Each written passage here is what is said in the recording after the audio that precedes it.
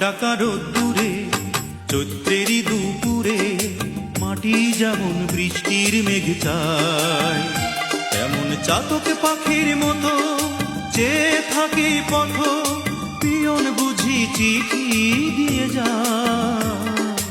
প্রবাস জীবন আমার বুকটা খা খা শূন্য।